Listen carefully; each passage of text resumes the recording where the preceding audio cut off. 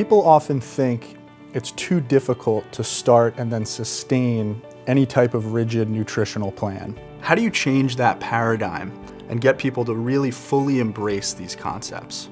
You're 100% right with what that question insinuates, that what I'm saying, and you're saying to a degree, is that food is powerfully addicting.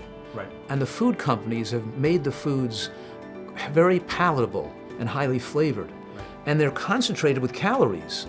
And those calories rush into the bloodstream so quickly. That's what I call fast food, not just foods you buy in a fast food restaurant, but these foods that are absorbed rapidly and can be eaten rapidly. And they affect the brain and make people addicted to them. Right. And people don't want to give up their addictions because they dull your cognitive abilities, and they give you this sense of pleasure. And then these same foods, if you don't eat them, you start to feel anxiety and shaky and fatigue. They make you feel better when you eat them again. It's the same as cocaine or another addiction. So we don't underestimate the difficulty involved. Right.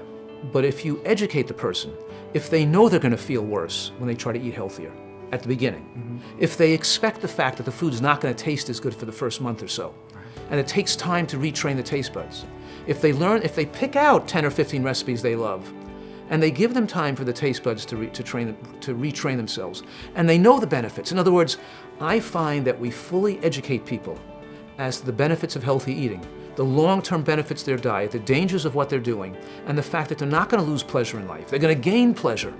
They're going to enjoy eating more. They're not going to have to count out thimble-sized portions of food and be on a diet the rest of their life, because when you flood your body with nutrients, your body desires less calories.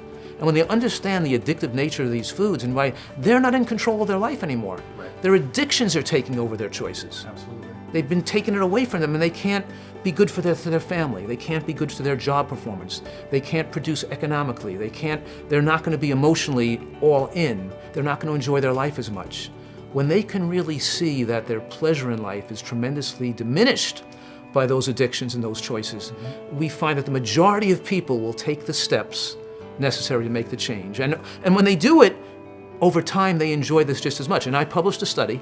Out of more than 750 people participated in that study, it published in a journal called Nutrition Journal, that showed that, not right away, because it took about 6 months, but out of these 750 people, that those that adopted this program eventually liked the flavor and the taste as much as their old diet over time. Sure. It took 3 to 6 months for that to occur, but they're not giving up pleasure in eating if people are thinking that.